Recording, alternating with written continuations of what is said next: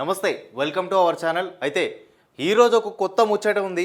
ఆ ముచ్చట ఏందో చూద్దాం. మరి ఏపీ పగ్గాలు షర్మిలకే, ఏపీ పగ్గాలు అయితే మొత్తానికి షర్మిలకే అనే విధంగా అయితే ఒక స్పష్టమైతే వచ్చింది వార్త. అయితే మరి తెలంగాణలో కూడా ఒక గడబడి నడిచింది. అసెంబ్లీ ఎన్నికల ముందు కూడా చాలా వరకు కూడా ఒక మాట మాట్లాడుకున్నారు. మరి ఎవరైతే షర్మిల ఉందో షర్మిలకు కూడా మరి ఈ పగ్గాలు అప్పగిస్తారు, కాంగ్రెస్ పార్టీలో అది ఇస్తారు ఇది ఇస్తారు, కాంగ్రెస్ పార్టీలో మరి కలుపుకుంటారు, అది చేస్తారు ఇది చేస్తారని మస్తు మాట్లాడారు. మస్తు గప్పాలు వచ్చినాయి, మస్తు ముచ్చట్లు వచ్చినాయి.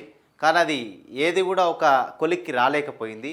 మరి మొత్తానికి ఇప్పుడు ఏపీ ఎలక్షన్స్ వస్తున్నాయి కాబట్టి అక్కడ మొత్తానికి ఆవిడ ఎవరైతే ఉన్నారో మరి షర్మిల గారి అన్న వైఎస్ జగన్ గారు అక్కడ ఉన్నారు. మరి వైఎస్ జగన్ ఇప్పుడైతే పాలన అయితే ఏమీ అంత మామూలుగా అయితే లేదు, ఏమీ అంత చేస్తున్నదైతే లేదు అనే విధంగా ఒక ఆలోచన అయితే అందరికీ వస్తున్నది. అయితే ఎందుకు ఆలోచన వస్తుందంటే అక్కడ చేసేది కూడా ఏం లేదు కాబట్టి ప్రజలందరూ కూడా వాళ్ళ నోటి నుంచి ఒక మాట అయితే డైరెక్ట్గా అంటున్నారు, చేసింది ఏమీ లేదు, ఈయన వచ్చిన తర్వాత మాకంతా డొల్లా అనే పరిస్థితి అయిపోయింది అనే విధంగా ఒక వ్యాఖ్యలు అయితే వినిపిస్తున్నాయి ప్రజల నోట్ల నుంచి. మరి అదేవిధంగా ఇప్పుడు కాంగ్రెస్ అగ్రనేతలు ఎవరైతే ఉన్నారో వాళ్ళు కూడా ఒకటి స్పష్టమైతే ఇచ్చారు ఒక ముచ్చట. ఏం వార్త అనేది చెప్తే, కాంగ్రెస్ అధ్యక్షుడు ఖర్గే రాహుల్ గాంధీ స్పష్టీకరణ, ఏపీ పగ్గాలు షర్మిలాకే ఇస్తున్నట్లుగా ఒక స్పష్టీకరణ చేసిరు అనే విధంగా వార్తలు అయితే వస్తున్నాయి. మరి ఆమె జగన్లా చేయరు, అన్ని తాము చూసుకుంటామని వెల్లడి. మరి ఢిల్లీలో ఏపీ నేతలతో భేటీ, మరి పార్టీ బలోపేతం, ఎన్నికలపై చర్చ. జగన్పై రాష్ట్రంలో తీవ్ర వ్యతిరేకత, హోదా సాధనకు ఉద్యమించాలి, విశాఖ ఉక్కు కర్మాగారం ప్రైవేటీకరణపై కూడా రాహుల్ అంటున్నారు.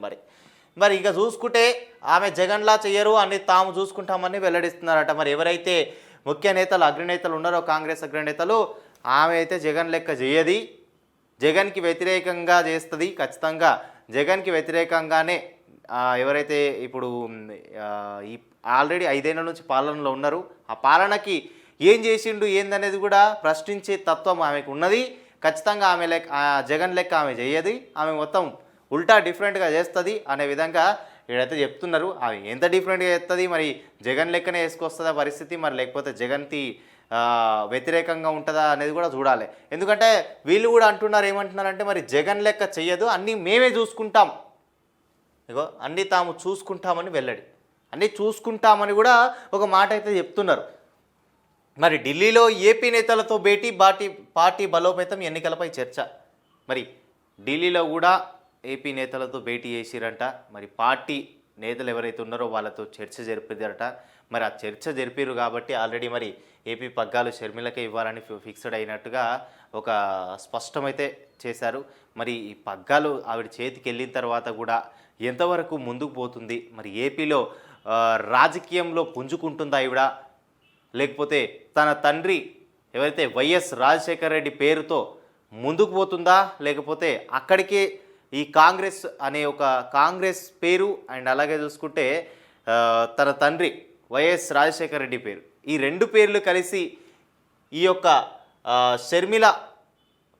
షర్మిలకి ఇస్తే ముందుకు పోగలుగుతుందా, లేకపోతే అక్కడే ఆగిపోతుందా ఏంటనేది కూడా ఒక క్లారిటీ లేకుండా విషయం అయిపోయింది. ఎందుకంటే ఒక కన్ఫ్యూజన్, ఎందుకంటే ఒకటి చూసుకుంటే మరి కాంగ్రెస్కి సంబంధించి మరి అంతగా బేస్ అక్కడ లేకపోయినా మరి ఈవిడకు పగ్గాలు ఇస్తే మరి వైఎస్ రాజశేఖర్ రెడ్డి కూతురు కాబట్టి వైఎస్ రాజశేఖర్ రెడ్డి పేరు గుర్తించి జనాలు ఆమెకు సపోర్ట్ చేస్తారా అనేది కూడా ఒక ఆలోచన ఉంటుంది. బట్ అది ఎంతవరకు ప్రొసీజర్ అవుతుంది అనేది కూడా వచ్చి మనం ఎక్స్పీరియన్స్ చేసినాకనే తెలుస్తుంది. మొత్తానికి ఏంటంటే జగన్పై రాష్ట్రంలో తీవ్ర వ్యతిరేకత, హోదా సాధనకు ఉద్యమించాలి, మరి విశాఖ ఉక్కు కర్మాగారంపై ప్రైవేటీకరణపై కూడా ఉద్యమించాలనే విధంగా రాహుల్ అంటున్నారు. మరి ఏదైతే జగన్పై తీవ్ర వ్యతిరేకత అయితే వచ్చింది, ఖచ్చితంగా ఉంది. ఎందుకంటే మన ఆంధ్రలో అయితే చాలా వరకు చూస్తున్నాం జగన్పై వ్యతిరేకత అయితే చాలా వరకు ఉన్నది, పై ఎత్తు ఉన్నది ఇంకా కావాలంటే. ఎందుకంటే చేసింది ఏమి లేదు, తినబెట్టి మొద్దుల్లా చేస్తున్నారనే పరిస్థితి కూడా మనం అక్కడ చూస్తున్నాం. సో ఉద్యమించాలి, ఖచ్చితంగా ఉద్యమించి ఎవరైతే ఇప్పుడున్న ప్రభుత్వం పైన ఎవరైతే ఉన్నారో ఆ యొక్క వ్యక్తిని ఖచ్చితంగా గద్దె దించాలనే విధంగా ఆయన మాట్లాడుతున్నారు. మరి ఇక చూసుకుంటే చూడండి, ఆంధ్రప్రదేశ్ పిసిసి సారథిగా వైఎస్ఆర్ టీపీ వైఎస్ఆర్టీపీ అధ్యక్షురాలు వైఎస్ షర్మిల పగ్గాలు చేపట్టడం ఖాయమైపోయింది. మరి బుధవారం కాంగ్రెస్ ప్రధాన కార్యాలయంలో ఏపీ రాష్ట్ర పార్టీ నేతలతో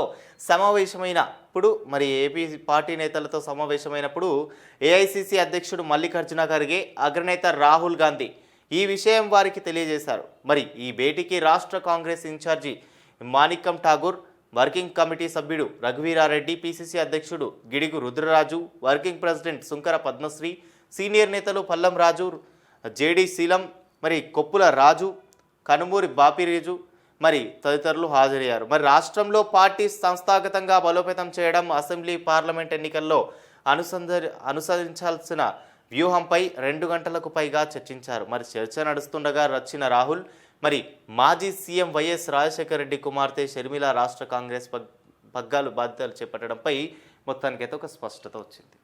మరి ఈ ముచ్చట చూసుకుంటే నేనైతే ఒకటే క్లారిటీ ఇవ్వగలుగుతా, ఆ స్పష్టత వచ్చింది. నిన్నైతే మాట్లాడినారు ఎవరైతే పార్టీ నేతలు ఎవరైతే ఉంటారో ఆంధ్రప్రదేశ్ పార్టీ అగ్రనేతలు ఎవరు ఉంటారో వాళ్ళందరితో కూడా చర్చ జరిపి మొత్తానికి ఒక కొలిక్కొచ్చి ఆమె చేతికైతే పగ్గాలు అప్పగించే విధంగా అయితే అయిపోయింది.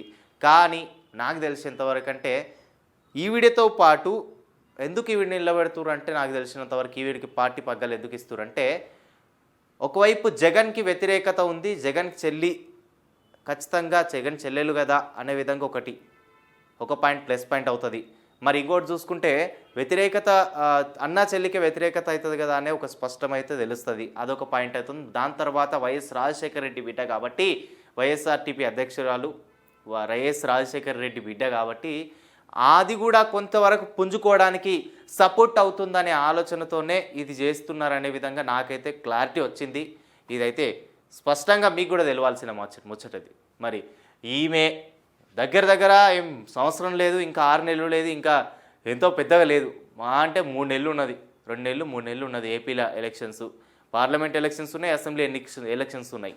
మరి ఈ రెండుకి కూడా ఆవిడ ఎంత కష్టపడుతుంది, ఎంత తిరుగుతుంది, ఎన్ని నియోజకవర్గాలు తిరిగి ఆమె యొక్క ఉనికిని కాపాడుకుంటుంది, రాజశేఖర రెడ్డి యొక్క ఉనికిని ఆమె యూజ్ చేసుకోగలుగుతుంది అనేది కూడా వచ్చే ఎన్నికల్లో, అసెంబ్లీ ఎన్నికలు కావచ్చు, పార్లమెంట్ ఎన్నికలు కావచ్చు, ఒక గట్టి పగ్గాలే అనుకోవచ్చు ఆమెకి ఇప్పుడు అప్పగించారు. బట్ అది ఎంతవరకు యూజ్ చేసుకోగలుగుతుంది, ఆ ఉనికిని ఎంతవరకు దక్కించుకొని కాపాడుకుంటుంది అనేది కూడా మనం చూడాల్సిందే.